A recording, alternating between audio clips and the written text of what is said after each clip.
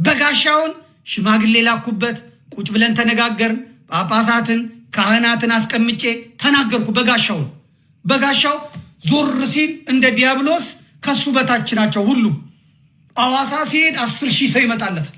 በስመ ወልድ ወመንፈስ ቅዱስ ብሎ ስላለ 3,000 ብር ያስከፍላል። ለበስማም ካህን አይደለም። ለመዝሙር መግቢያ በስመ አብ ላለበት 1,000 እግዚአብሔር እንዲህ ይላል አለ 2,000 አነሳስቶ አስጀምሮ ላስፈጸመን ክብርና ምስጋና ለአንተ ለሚል 1,000 3,000 ብር ያስከፍላል። ያኔ 30,000 ብር በሉት። በዛን ጊዜ አየ ሆቴል ገብቶ አይከፍልም። መምህር መጡ ተብሎ ነው። ቡቲክ ገብቶ ሱሪ አውርዶ ጃኬት አውርዶ ለብሶ ነው። መምህር ልበስልኝ ሃይማኖታችን እንትን እያልክ ነው። አንድ ጉባኤ ሄዶ መጽሐፍ ሽጦ ሲዲ ሽጦ ካሴት ሽጦ 700,000 600,000 ዘጭ አድርጎ ዘግቶ ነው የሚመጣው። ቀረጥ የለም፣ ታክስ የለም። መጡ ነው። ኧረ ተው ግድ የለም፣ ይሄ ትክክል አይደለም፣ ይሄ ምናምን ጥፋ ከዚህ ምን አባት አመጣለህ? ያኔ ደግሞ እኔም ቀጫጫ ነኝ ምናምን ጥፋ ከዚህ ምን አባት አመጣለህ? ይህ ከዚህ አሉኝ። ምንም አላመጣም። ያዝ እንግዲህ ዛሬ በጋሻው እኔ ቤተክርስቲያን ያለው በጋሻውን ዘመድኩን ያባረረው። በጋሻውን ሃይማኖቱን እንዲጠላ አደረገውና መጀመሪያ ሃይማኖት ነበረው እንዴ? በዘመድኩን ምላስ ሃይማኖቱን የሚለቅ ሰው ካለ ሃይማኖት አለው ወይ? ሰው ሰይፍ ቀርቦለት ስለት ቀርቦለት እምነቴን ለሃይማኖቴ አንገቴን እሰጣለሁ ይላል። ዘመድኩን ያውም በእውነት ተቃውሞ ይሄ እንዲህ አይባልም፣ ይሄ ምንፍቅና አካሄድ ነው ስላልኩኝ፣ ስርዓተ ቤተክርስቲያን አይደለም ስላልኩኝ፣ ግግም ስላልኩኝ፣ ተሰባሰብ።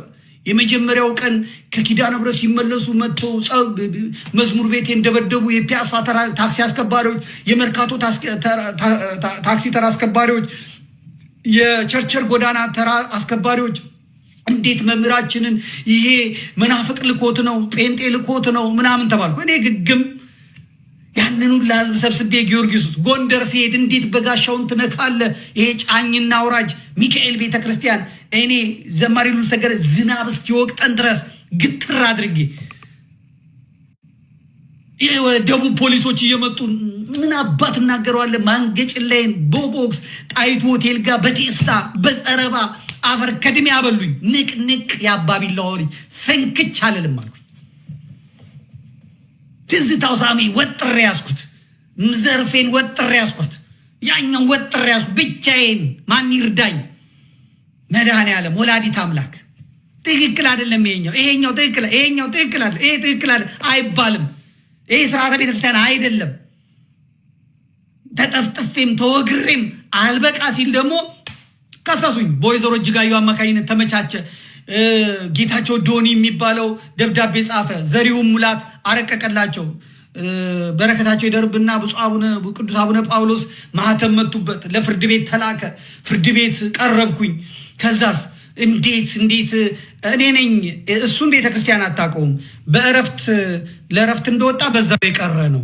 እኔ ግን ቤተክርስቲያኒቷ አስተምራኝ መልስ ስጥ ብላኛለች። ይህ ፓትርያርኩ ጽፈውለታል። በዘመድ ነው የጻፉለት። የጻፈችው ወይዘሮ እጅጋየሁ ናት የረዳቻቸው። ይሄ ደግሞ የዘር ጉዳይ ነው። እሷ ትግሬ ናት፣ ቅዱስ ፓትርያርኩ ትግሬ ናቸው። አብዛኝ ሊቀና ተመጥዘሉ በጋሻኝ ይሄ ያረርጌ ቆቱ ኦነጊዩ ፈልጥሉ ምናምን ተባብሎ ሊሆን ይችላል። ስለዚህ እኔ ማቀው ነገር የለም። ዳኛው ትግሬ ነው፣ ጠበቃው ትግሬ ነው። ሙሉ ይባላል። ሁለቱም ጠበቆች ምንድነው? አቃቤ ሕጉ ትግሬ ነው፣ ሙሉ ይባላል። ዳኛው ሙሉ ይባላል። ሙሉ ከመቀሌ በኮታ የመጡ ናቸው። የጻፉት ቅዱስ ፓትርያርኩ ናቸው፣ ከአድዋ ናቸው። ወይዘሮ እጅጋየሁ ከአድዋ ናት። ጌታቸው ዶኒ ከመቂ ነው። ዘሪሁን ሙላት ከመቂ ነው። እንትና ከደቡብ ነው። አበጋሽ እኔ ያረርጌ ቆቱ ማን ይድረስልኝ? ጃዋርም የለም ያኔ ትላለ። ማን ይድረስልኝ? እኔ ያረርጌ ቆቱ ታሸው። ከዛ ፍርድ ቤት ቀረቡ። እነ ታሪኩ ምስክር ሆነው መጡ። እናሰግድ ምስክር ሆነው መጡ። ከሁሉ ያሳዘነኝ ሙሴ የሚባል ነበር፣ እምወደው እማከብረው። ከነሱ ጋር መገናኘቱን አላወኩም። መቶ ዳኛው ጋር ሲቀመጥ እጁ ዞረብኝ፣ ዱባለብኝ። ምን ሆነ ነው ምናምን ስለው የሌለ ነገር ፈጥሮ መስክሮ ሄደ። በመስቀለኛ ስናጣድፈው ተንቀጠቀጠ። እግዚአብሔር ያንተን ያሳየኝ አልኩት።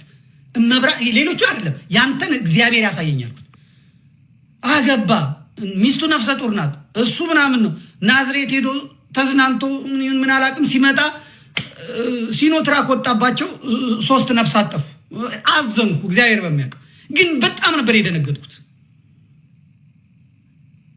በሰዓት ውስጥ ነው ያለፍኩት አባቴ።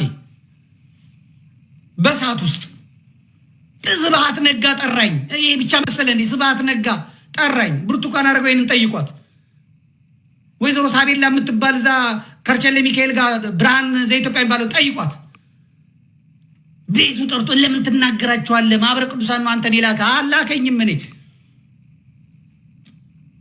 ለምን እንቅፋት ትሆናለህ አንተ ምናምን? ምን እንቅፋት ሆንኩ? እንደዚህ አይባልም እንደዚህ አይባልም ነው ያልኩት። ትክክል አይደለም። እኔ ትክክል ነኝ። ፍዳ በልቼ ዳኛው 6 ወር ሲለኝ 6 ዓመት በለው አልኩት። 6 ዓመት አትለውም አልኩት። መታሰርም ፈለግኩ። ደግሞ ደስ የሚለው እዛ ደግሞ እንትን ሲሄድ ቤት ሂደና ያረኛ ሄድም እኔ እዚህ ነው የሚመጣው። ሄድኩኝ ገባው ፖሊስ ጣቢያ ሲሄድ ፍራሽ ቀረበልኝ። ኧረ በፍጹም ሰው እንደሚሆን አድርጉኝ በረከቱን ላግኘው። ኧረ በእናትህ ዘመዴ ፍርዱ ትክክል አይደለም። እኔ ግን ፈልጌዋለሁ። ሄድኩኝ ወረዳ 9 እዛ ፖሊስ ጣቢያ ገባው። ፖሊስ ጣቢያ ስገባ እዚህ ፖሊሶቹ ቤት እደርና ጠዋት ወደ ከርቸሌ ትሄዳለህ፣ ወደ ቃሊቲ ትሄዳለህ። አረ ልጆቹ ጋር ልግባ እኔ ሰው እንደሚታሰረው። ከዛ ስገባ ዘመዴ እንዳለ በእንትን የታሰረው በሙሉ ቦታ ተሰጠኝ። የሻማ የሚባል ይኖራል ብዬ ብጠብቅ ምንም ጸሎታቸው ምህላቸው ለጉድ።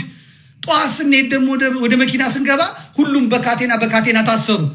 እዚ ለምኜ በመድኃኒዓለም እንደው በእግዚአብሔር ምን ታዲያ ታሰርኩ ከተባልኩ እንዴት በእናታችሁ አረ በእግዚአብሔር ዘመዴ በፍጹም በቃ መታሰር አለብኝ። ታስሬ እንደዚህ በብረት ታስሬ በቃ እንትን ታዘ እኔ ከርቸሌ ቃሊቲ ደግሞ ሰው ጠይቄ ማላቅ ሄጄ ማላቅ። እዛ ስገባ ደግሞ መርማሪዎቹ ሁሉ ለካስ ፖሊስ ሆኖ ሰንበት ተማሪ አለ፣ ፖሊስ ሆኖ ዲያቆን አለ፣ ፖሊስ ሆኖ መንፈሳዊ አለ። ሁሉም መጥቶ ክርክር ዞን ስንት ይሁን? ዞን 1 በጣም መጥፎ ነው። ዞን ምንትስ መጥፎ ነው። ዞን ምናምን መጥፎ ነው ምናምን። ዘመዴ ቆይ አንተ እዚህ ጋር ትንሽ ቆይ እንትን ማድረግ አለብን፣ እንደዚህ ማድረግ አለብን። አሬ የፈለገበት ይግባ በፍጹም። ከዛ መጣ አንደኛው አያቅም የአብርሃ አጽባ ሰው ነው የትግራይ ሰው ነው አሉ። መጣ እሱ አናገረኝ። ምንድን ነው አላቸው። እንደዚህ እና ለምን ታሰረ? እንደዚህ ሆኖ ቁልፉን እያለ ባይ ምናምን እያለ ሄደ።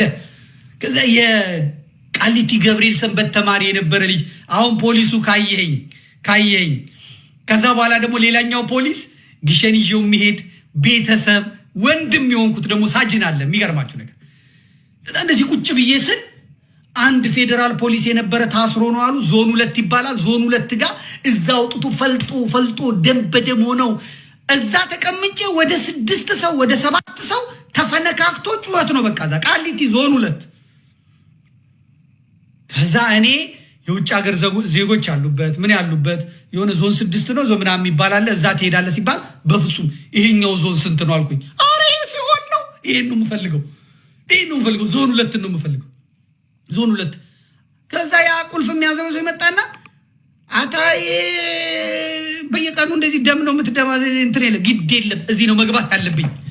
ተታሰርኩ ማይቀር 6 ወር እንደ